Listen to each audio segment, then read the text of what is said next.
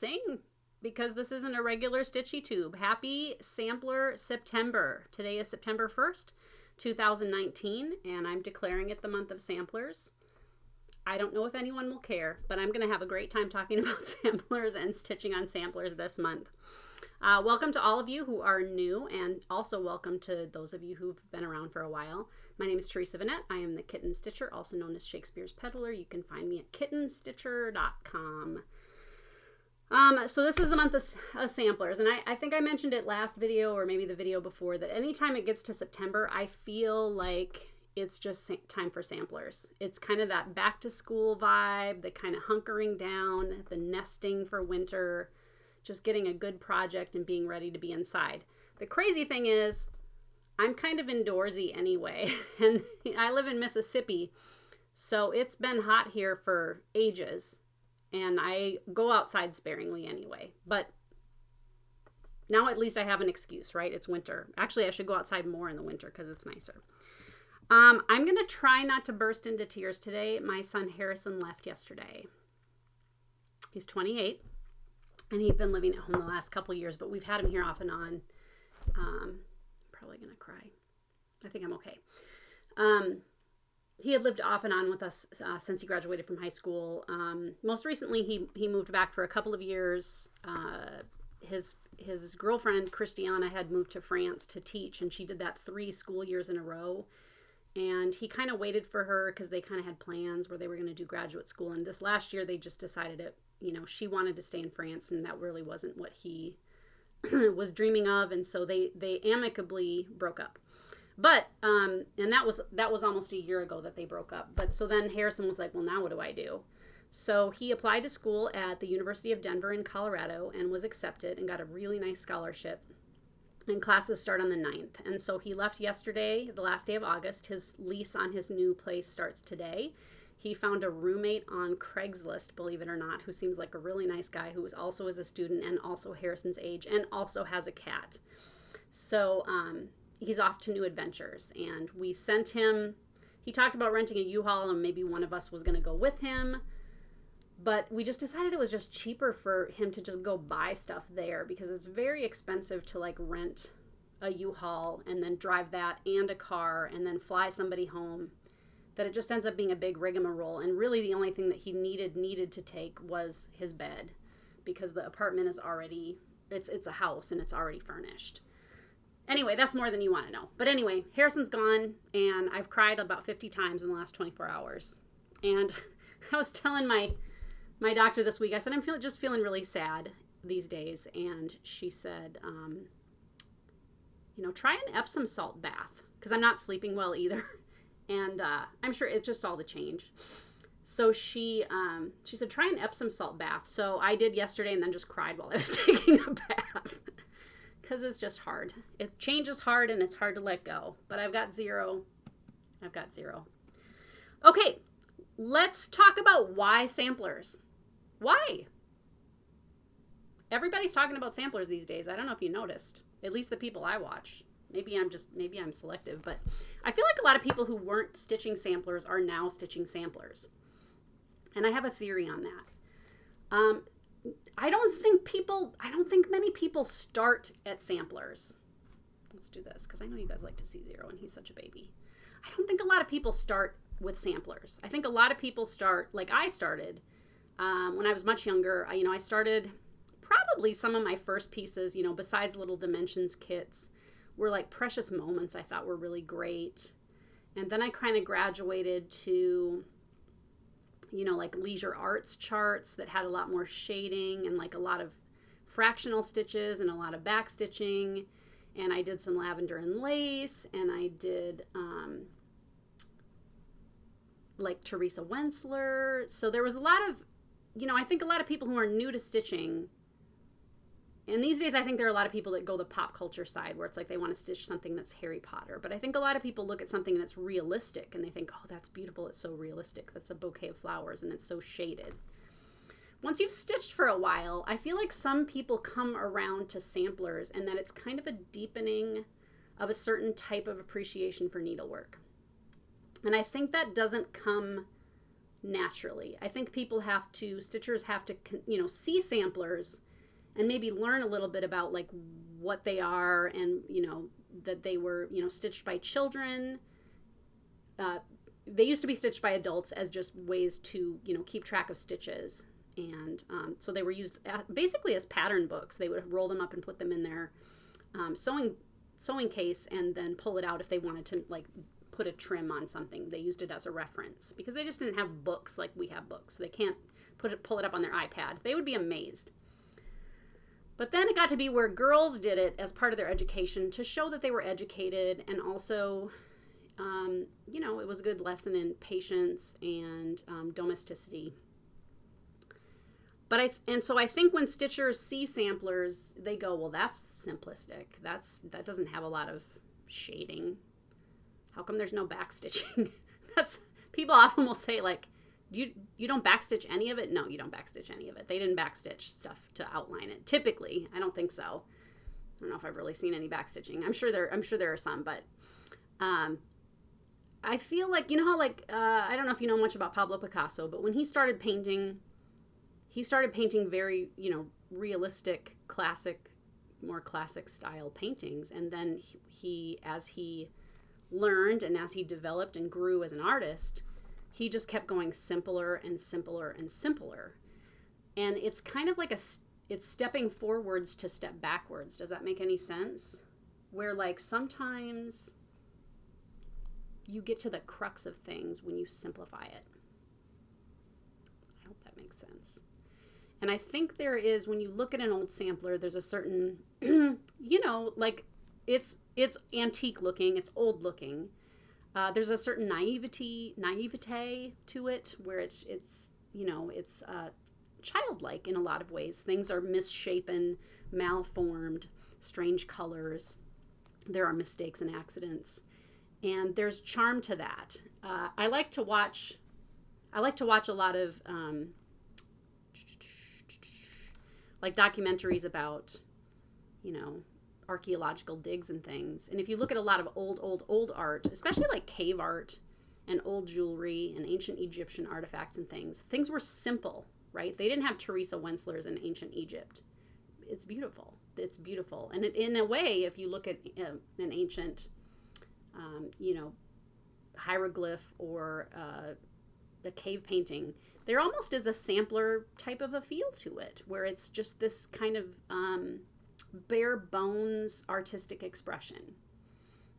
And so I think that samplers aren't something that people look at. I'm sure there are plenty of people who do this, but I think a lot of people don't look at them the first time and get it. I think that you have to like wrap your mind around it, just like people probably had to wrap their mind around Picasso. The Impressionists, when they started painting not in the classic style where everything was super realistic, they started just being real, kind of just sketchy with their paints. There was an outrage. Like, people were just crazy. They were like, what on earth are you doing? This is not art, right? But of course, we love the Impressionists now because we get it. We see the beauty in it. And it's just, you take an art form that you're familiar with and you change it. And so I think it really is, you just, to want to stitch a sampler, you have to kind of see just the beauty and the simplicity of it. Here's what else happens. I tell a lot of people, just do one. Just try one sampler. It doesn't even have to be big. Because when you've been stitching Teresa Wenslers and Mirabilias and Lavender and Lace Angels and whatever, these very intricate, beautiful, beautiful pieces of needlework with many color changes and fractional stitches and back stitching, all of that, and you stitch a sampler and you look at the back and it's like, oh, there's only 12 colors in this. They stitch up quickly. They really do. And it kind of takes the pressure off. It's easy. I feel like it's easier to sit and watch TV or listen to music or a podcast or, even just kind of interact with the cats a little bit with stitching a sampler than something I really have to like, oh my gosh, where am I now? All of that highlighting that people do to show where they've been, that's a nightmare to me. Like, that doesn't sound fun. I know that it's fun for some people, that it's really fun to like check things off your list and be done. It's fun to be able to look at a design and just say like, no problem, I got it. You look at a shape and you're like, yep, I got it. And if you make a mistake on a sampler, oh well, the girls all made mistakes too. And if you have to substitute a color, that's exactly what they would do. And if you want to change something around, they did it all the time. And so I think samplers too, once you start stitching them, are very liberating in a way. Just because there's a simplicity to them as far as the stitching process. You're making quick progress. And so you feel like, you're like, wow, I made a lot of progress today. That's a great feeling as a stitcher, because I think, for me, I hate starting pieces. I don't hate it. I don't enjoy it as much, because I feel like, oh, I got all this, like, here I go. Here's stitch number 1, 40,000 to go. And so to be able to make quick progress, I think, is really rewarding, especially since a lot of us maybe, work full time and we don't maybe have a lot of time to stitch. To make quick progress, you feel like it's pretty rewarding. Now, some people do ask me about, like, do I have to stitch samplers on linen? No, you don't. You can stitch them on even weaves. You can even stitch them on Aida. I tell people the only thing that's going to hold you back with Aida is some of the specialty stitches are pretty tricky to accomplish, especially any verses that are stitched over one thread. But there are lots and lots of samplers that are stitched over it's all full cross stitches. A lot of people ask, do I have to use silks? Nope. Nope, you don't. And I would say most reproduction sampler charts or other sampler charts have a DMC conversion, and you can use that, or you can, a lot of times I'll look at the cover, and if I feel like the person who reproduced the sampler brightened it up a little bit, I look at a color and I go, you know what, the original looks like it was a kind of a dustier blue. I'm going to dumb that down a few notches so it looks old. You can do that.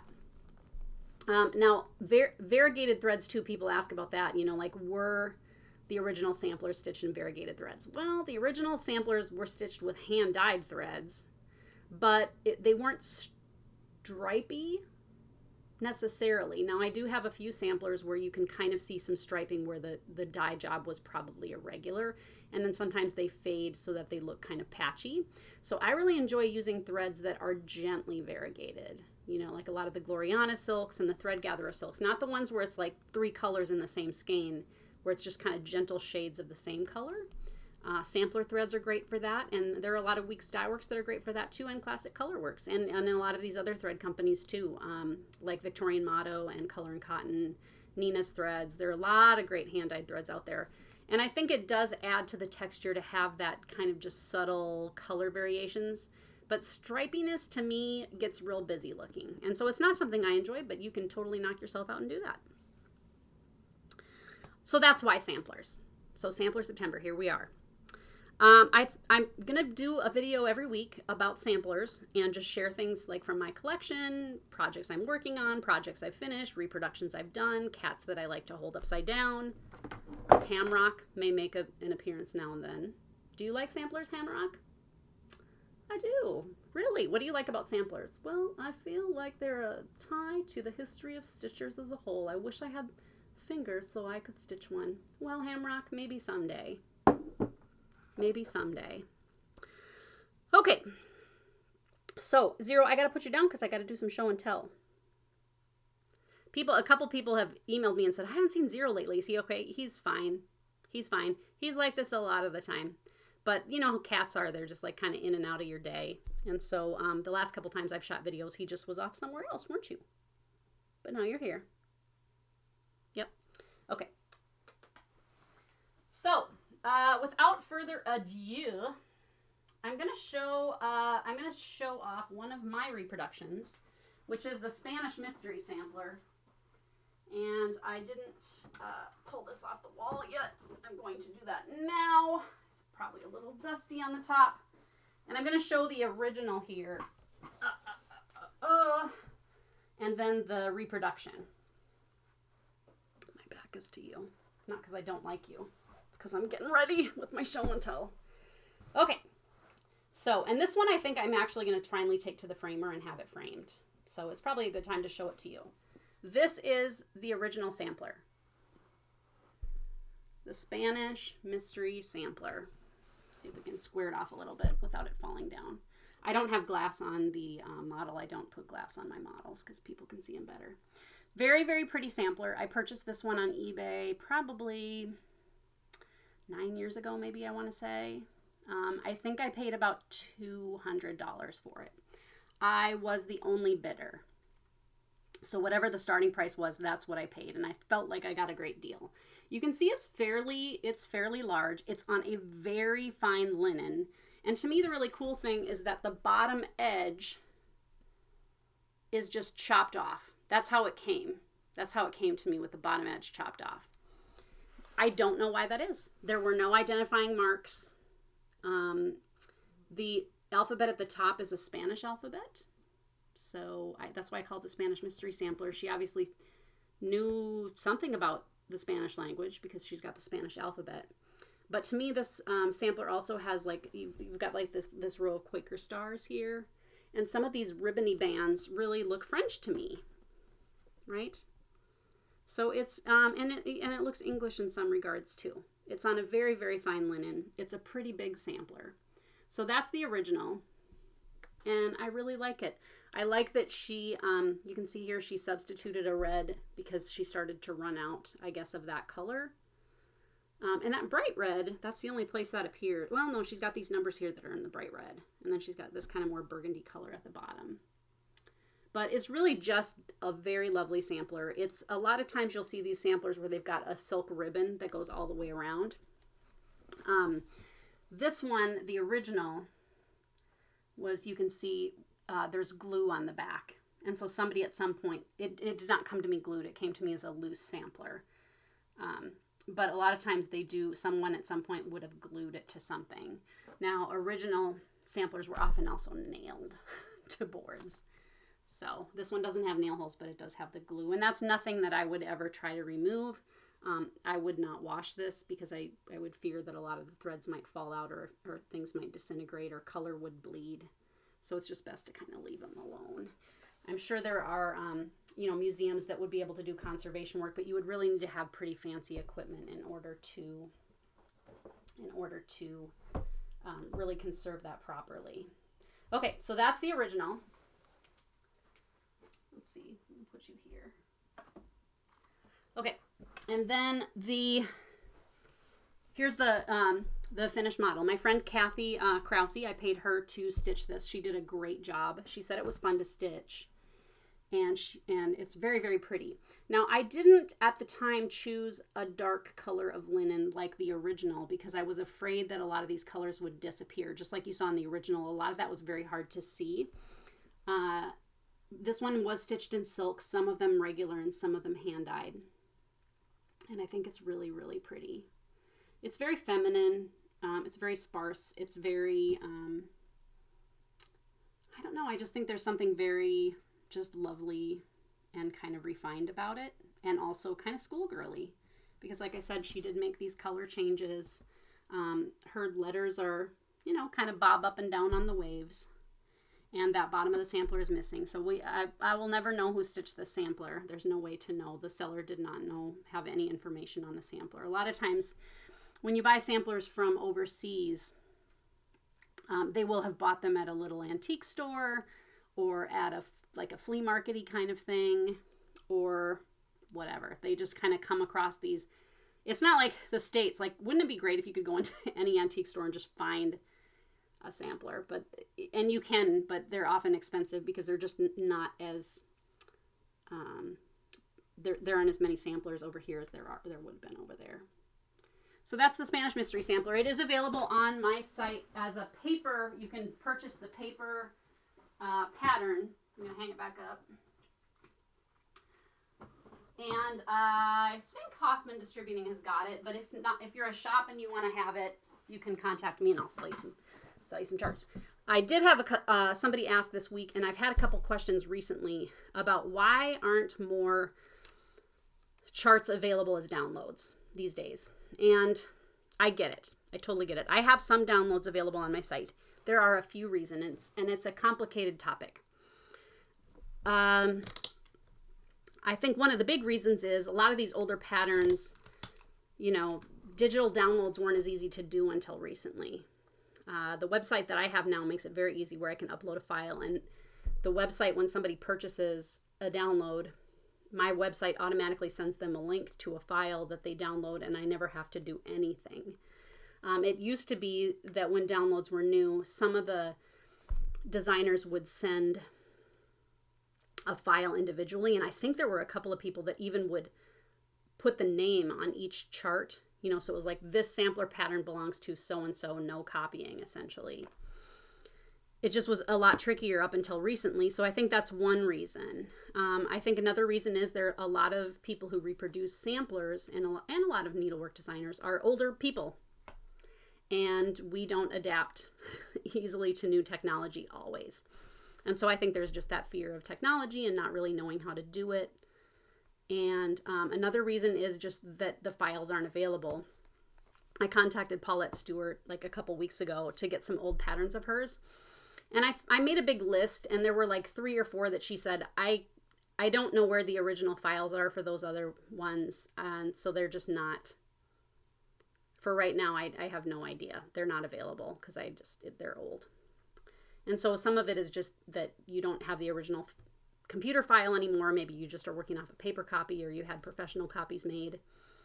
And, technology changes. And so maybe you didn't make PDFs. So it's just not having access to the files. I'm working on converting charts, older charts, to PDFs so that people can download them, because I feel like it helps a lot of people out to be able to just download it easily, especially for people overseas. And then another reason is I think there's the fear of letting loose this electronic copy of something that you created that's copyrighted, right? It's what happened when the internet was new. If you paid attention to what happened to the music industry, it's the same thing in the cross-stitch industry. The music industry didn't really jump on the bandwagon super quickly as far as making downloads of music available. So people started sharing them for free. Like, I'll just send you the files. I'll put my CD in my computer, email you the files, and you can listen to the music, right? So they were like trying to get on top of things, like, how do we scale this back? How do we not make it so people can't share? And really, it's really hard. But the thing is, like 20 years ago, you could make photocopies of charts and put them in the mail to friends, right? So there just is this additional way now that makes it easy for people to share files illegally. If something is copyrighted, a chart is copyrighted, you really shouldn't scan it in and email it to a friend. That's not proper usage of that. Now, you can loan somebody your original copy of a chart. But I think some designers, and there have been a few designers that just quit designing because it was like they saw their charts everywhere, kind of popping up for free. And it's like they were so angry and hurt and bothered by it that they just couldn't stomach it anymore. And I went looking for, I was doing research on a designer that I carry and some of her older charts that maybe I hadn't seen.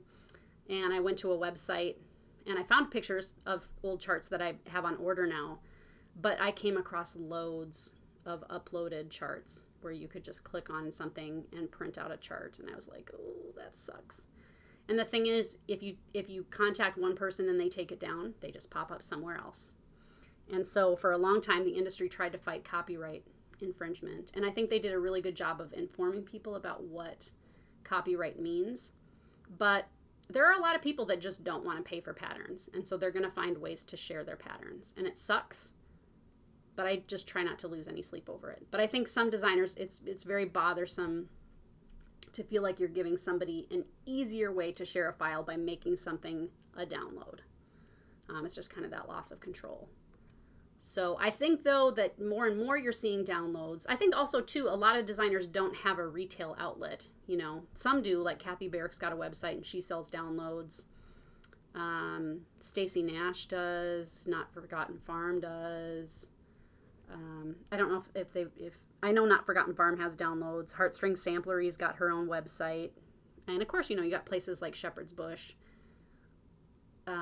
So it is more common for designers to sell their things retail now, I think, just to survive, because it's just, for a long time, the industry just it shrank a lot, and now it's exploded again.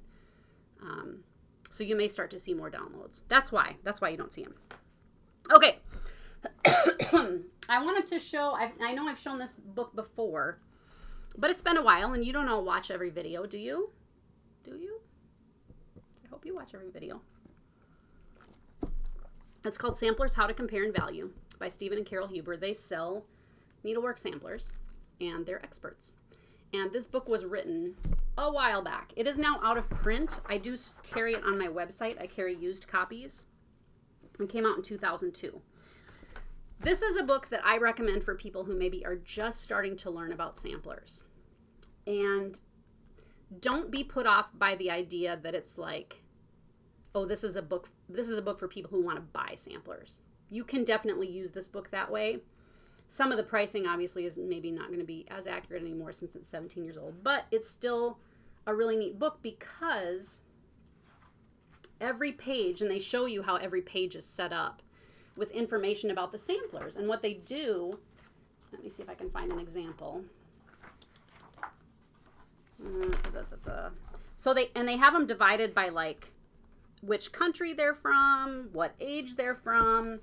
And so like here are a couple of samplers that are similar, that have similar elements. They'll describe the elements, talk about what makes the samplers special. And then they tell you like why this one sampler might be more valuable than this other sampler.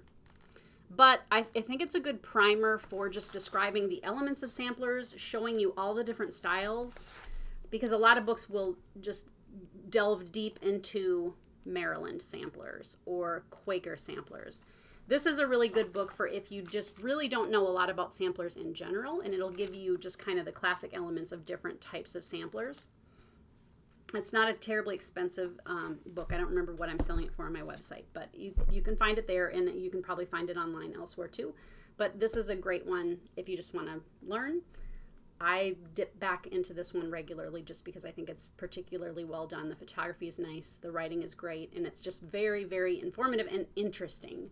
To me, history should be stories. And I think a lot of times when we teach history to children or to each other, I guess, it's all like dates and names and things. And I don't like, that's not interesting. I don't care what somebody's name was, right? I don't. I mean, I don't.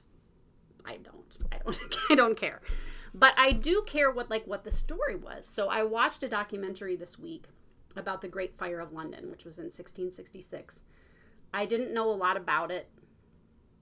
I had never really watched a documentary about it. I knew a little bit from school probably, and just, you hear about it.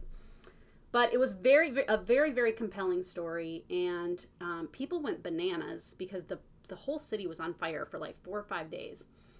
Things were just burning down all over the place, and people panicked, and they just started beating up Dutch people in the streets because they felt like the Dutch maybe were starting these fires, because people would look and see houses on fire over there, and all of a sudden one kind of close but not too close would burst into flames. So they thought people were running around setting these fires.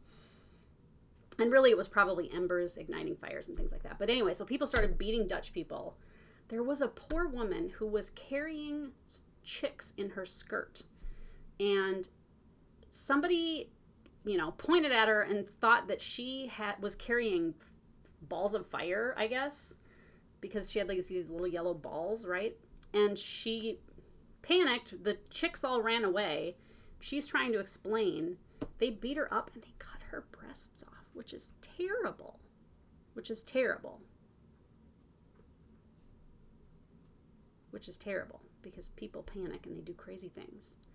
But the point is that the story, I can see why we wouldn't tell that story to children because it's terrifying. But history is compelling because of the story. I think it's really boring to memorize names and dates and titles and things like that. The story is interesting, and I think that's what we learn from is the story. I hope that wasn't too shocking for you. Okay, I'm going to share an old project. Not old, but one that I am working on, have been working on. I think I've got the chart here. I tried on all my old jeans today, and I'm almost there, guys. Pretty excited about that. This one is Miss Mary Ann Bourne's by Hands Across the Sea Samplers. I believe it is the first chart that Nicola reproduced, the sampler, and it's my favorite. I love it. And I started it maybe last year, a year and a half ago, so it's not too old. I just think the sampler is really cool. I love that if you look at the border, like here at the top, the flowers change. The flowers aren't the same, you know, all the way across. You've got a lawn full of animals, which is really fun to stitch. The skep in the middle is super cool, and I love those birds. There's just a lot to like about this sampler. So I started stitching it, and I stitched on it some, not too, like at the start of the summer, I think, but I haven't picked it up since then. That's how far I am. It's very, very pretty. I did iron it for you guys. My iron came in the mail, so that was good. I'm stitching it on a 40 count, and I'm using DMC instead of silks. I kind of wish I had splurged and done the silks, but I had the DMC, and it's really going to be very lovely regardless. And I think there's a group of people that are stitching this one, and I hope you guys are having fun too. It's very enjoyable. So I think I'm going to work on that one a little bit this week, because my goal each week is to work on an old sampler, but then also start a new one. So that's my old sampler. And then I was going to share an old FFO with you, which is from the book Thank You, Sarah Tobias by Blackbird Designs. And Blackbird Designs has done a number of reproductions. This one comes, I'll show you the book in just a second. This one the book goes back a ways, and it is no longer available, and I believe it's pretty expensive if you can find one. Maybe you can find a friend who can loan you theirs. I did replace my name in this one, and I do that sometimes on reproduction samplers, put my name instead of theirs. That's what I did. I guess I didn't date this one. There was no date on the other one, but I ended up over dyeing this one with coffee and tea after I stitched it, and I really love it. And I did that because I got a spot on it. So I thought if I got one spot, I might as well just make it all spotty. And I really, really like it. So that's it. Thank You, Sarah Tobias. And it is from this book right here by Blackbird Designs. And they had some other friends like pull elements from the sampler to design other pieces. This book here, you can see here a couple of the other projects. I'm not going to do a total flip through, but it's kind of a cool little book. To me, I really just loved the that antique sampler. Now this one came out in, let's see if they got a date in here, 2008. So it's an 11-year-old book. So that's Thank You, Sarah Tobias. I know my friend Jennifer, I think, got one at Stitchville. It was the last one that she had. But so if you look at shops, shops may still have them kicking around.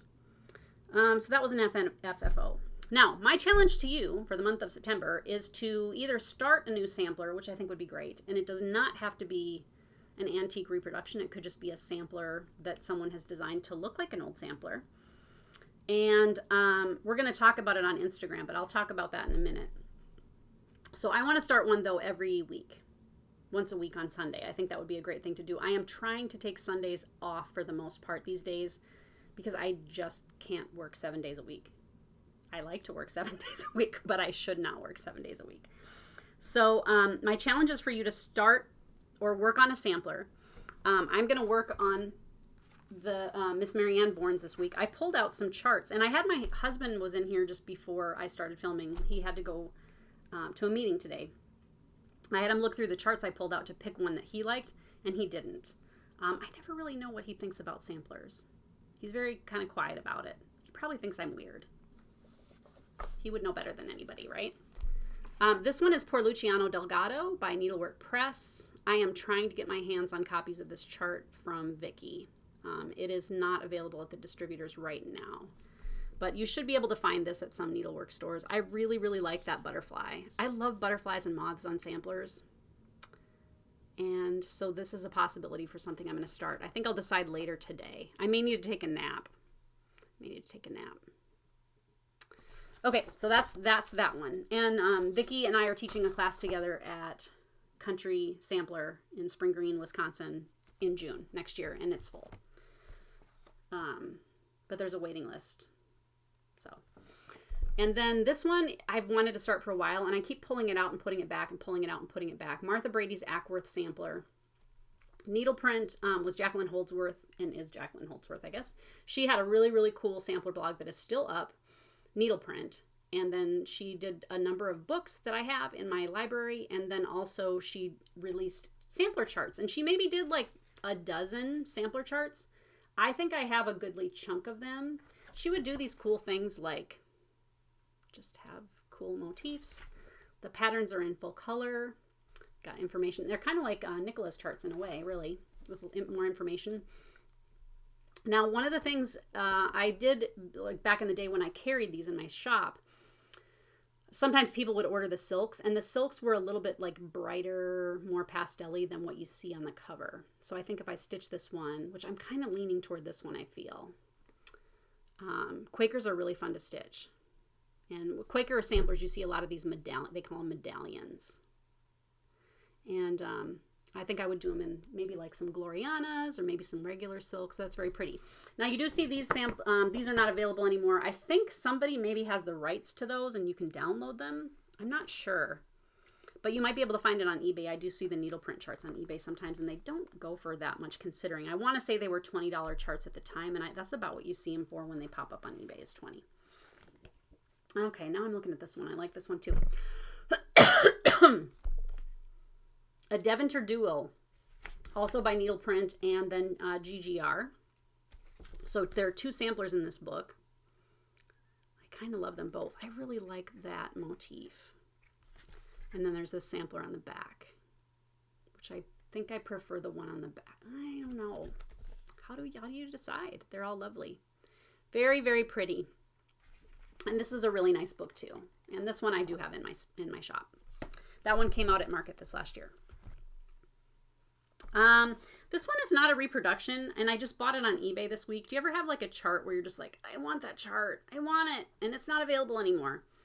This chart is one that for probably 3 years, I've just been looking at it and not, and looking at it and not. And you find it on eBay, and it was one of those that would be like $79, and I just was like, I just can't.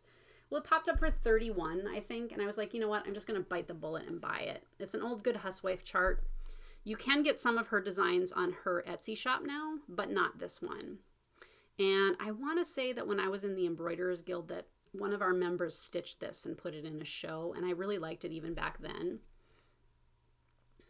And I just really like it. I just really like it. And she's got it stitched in silks or DMC. Her charts are really neat. It would be fun if she re-released everything because she has so many great designs. She's such a nice lady too. I pulled out Eliza Mitchell by Lottie Da, which is also available still. That's a newer chart. And a very pretty reproduction. She had the model at the show. I think the cover here is the original antique, and I love the deer in the bottom corners. It's a pretty quintessential sampler. Very lovely colors. Again, another not reproduction. This is a Kathy Barrick design through Carriage House Samplings, and this is available on my website, Pennsylvania German Stocking. I don't think shops can get this from Hoffman, but I think if you contact Carriage House directly, Marty can send them to you.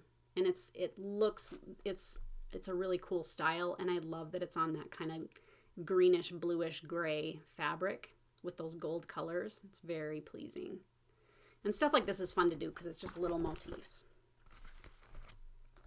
Okay, this one is a sampler study by The Primitive Hare. She doesn't do a lot of reproductions. She's had a few, and I always like what she picks out. She had this at market, and I just really like it. It's a really big house with 2 giant flower pots on the side. And it's just, I just enjoy it. I just enjoy it. And this one is still available too. I've got it on my site, but at your local store, if they get her things in, it's very easy to get this chart. Primitive Hare also has a website, and you can order from her as well. She is in Italy, and she's a nice, nice lady. And then the other one I pulled out today was Ann Smith. This is a Quaker reproduction sampler, and this was one that before I started back in the business, I purchased this twice as a retail customer, and I was like, Teresa, you got to stitch it. It's kind of Quakery. You've got this little kind of loopy bird here in the middle, and this is the antique on the cover. I have not seen this one stitched as the reproduction. I don't think Kathy's got a picture of what this looks like stitched as a reproduction. It only has 8 colors of silk in it. And it's not too big, is it? Oh, it is 217 by 274. So it's a decent size. I would say it's a medium size. But that's one I pulled out too. But you know what? I may change my mind. I kind of would like to this month go through my Sampler and Antique Needlework quarterly magazines and just see if there are any cool ones in there too. Okay. A quick stash flash. I got a couple of things this week besides that Good Housewife pattern. I belong to the Victorian Motto Fabric of the Month Club, the primitive one, and then the Primitive Threads Club. And I got my fabric yesterday or the day before, and it's a really pretty color. It's grungy. It's kind of has like almost like a little bit of a blue-gray running through it. But I get the half yard, and people just these days buy half yards of fabric because what if a quarter isn't enough? And so, very, very pretty. She's such a great lady. And so, Victorian Motto, look her up. She's got great threads and great fabric. And like I said, you can join those clubs, and so it's like getting a present in the mail. And I haven't even opened these yet, but these are my colors that I got with the thread club this month. They're very pretty. I love like this gray. That's really great. What is that called? Rusted Tin Roof. I wonder if she likes the B-52s. Tin Roof. Rusted. Okay. That's my stash flash. This is a little stash flash. And I'm not going to tell you what I'm all into this week. I'm all into crying. I'm all into crying. Steve came in the bedroom like he took a shower and came out, and I was putting clothes away. And he goes, "What are you doing?" I said, "Oh, just crying again." I got tears running down my face. It's hard. Okay. I have an easy way for you to get inspired to stitch samplers, or to even just look at samplers and just appreciate them. I feel like the more of them you look at, the more you will realize what a variety there is. And at the end of the videos every week, I'm going to do a slideshow of samplers I found online for you to look at. These are not samplers that have been reproduced. Do not email me or call me or write a letter and send it by Pony Express asking me, where can I get the chart for? You can't. You cannot. These are from auction websites, from museums. These are just lovely samplers that none of us designers can afford to own. I wish we could. They've not been reproduced. I just think it's really fun to look at beautiful old samplers and see what these little girls could do. They often were, anywhere between 7 and 14 years old, which is just amazing. Go to Pinterest, type in antique sampler, and then just waste the afternoon because there are so many beautiful pictures of samplers on Pinterest. And you can fall down a rabbit hole. So if you would like to look at, an easy way to just look at a lot of samplers is just go to Pinterest. Pinterest.com. I'm going to do a giveaway every week when I do a sampler video. And this week I'm doing a really nice giveaway. It is the new book, Delaware Discoveries. It came out in May by Gloria Seaman Allen. She has written a number of lovely, lovely books about samplers. This one is a biggie. It's weighty. This will cost me money to send to who wins it. But it's just a beautiful, beautiful book. Very well written, very well researched. I mean, she's great. So I have these in my shop. I think it's a $79 book. I'm going to give it to one of you. And so I guess in the comments, in order to enter, tell me either a sampler that you have as a UFO or something that you're working on, or tell me a sampler that you would like to start stitching. And then you'll be entered. And then next time I'll announce the winner. And so that's all you have to do. That's all you have to do. So there's that. Please don't mention giveaway. I don't know if that actually ever happens that somebody wins. I've never had anybody win who just doesn't seem like a stitcher. Nobody's watching me. That's not a stitcher, I don't think. Okay, and I'm having a sale for 1 week. So today, Sunday, September 1st, through the end of next Saturday, whatever that is, the 7th, you can get one reproduction sampler on my chart for 20% off. And so you just enter repro, all in capital letters, repro, when you check out. There's going to be on your left-hand side a little box that says coupon code, and you put it in there. And if you can't make it happen, you can't figure it out, place your order and then email me and let me know you couldn't make the code work. The code works, but if you can't figure it out, it's no big deal. I'll refund you the 20% on that item. You can use it one time for one item.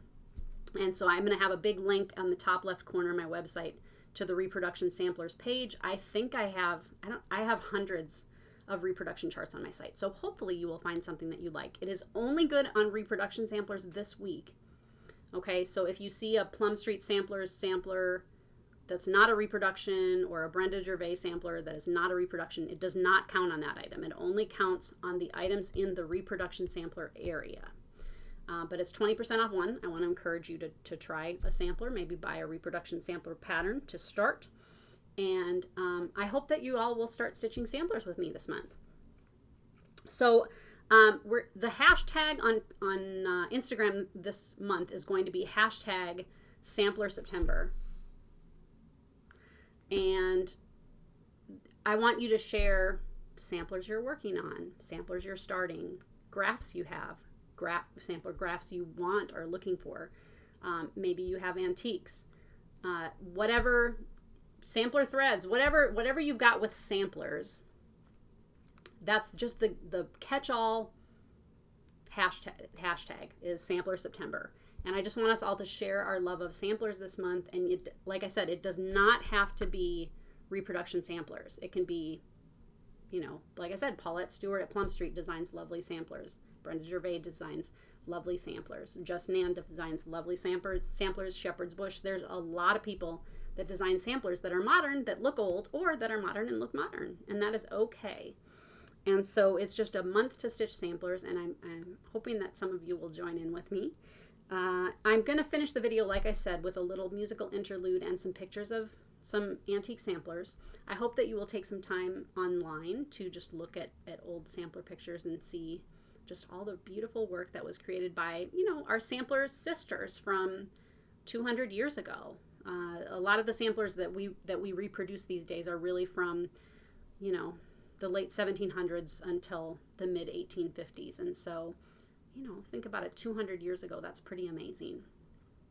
I hope you're all well and happy, and I will see you soon. But watch for a newsletter from me from my website if you belong to the newsletter list. If you don't, just go to KittenStitcher.com, and then in the lower right corner, there'll be a little box you can sign up. And then also watch on Instagram for hashtag Sampler September. Let's start stitching. We'll see you guys in about a week. Bye!